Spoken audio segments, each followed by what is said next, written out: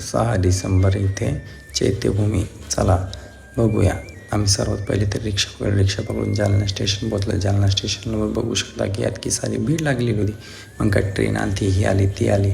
Train खूप सारे येत होत्या. मला वाटलं आलीच आपली ट्रेन, पण आली नाही. तुम्ही बघू शकता की मग इकडे तिकडे लोक काही इंतजार करत होते. 6 डिसेंबरला म्हणजे जाणं पडतं ना डॉक्टर बाबासाहेब आंबेडकरला अभिवादन करण्यासाठी. माझा मित्र अजय बघा काय करत आहे. मग आली आपली ट्रेन. तुम्ही बघू शकता. मग याचा मजा आपण घेत नाही का गाडीत बसलो. म्हणजे गाडीत तुम्ही बघू शकता की अशी सारी भीड लागलेली होती. गाडीत काही जागा नाही असं तसं. मग आपण काय डॉक्टर बाबासाहेब आंबेडकरचे नारे देऊन आपल्या प्रवासाला सुरुवात केली.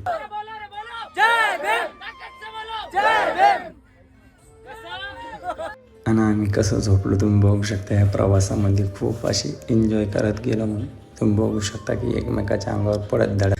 मग काय तुम्ही बघू शकता की समोर काय ट्रेन अशी चालली होती. मग लगेच आम्ही दादर इथे पोहोचलो. दादर इथे डायरेक्ट ट्रेन नाही का खाली झाली.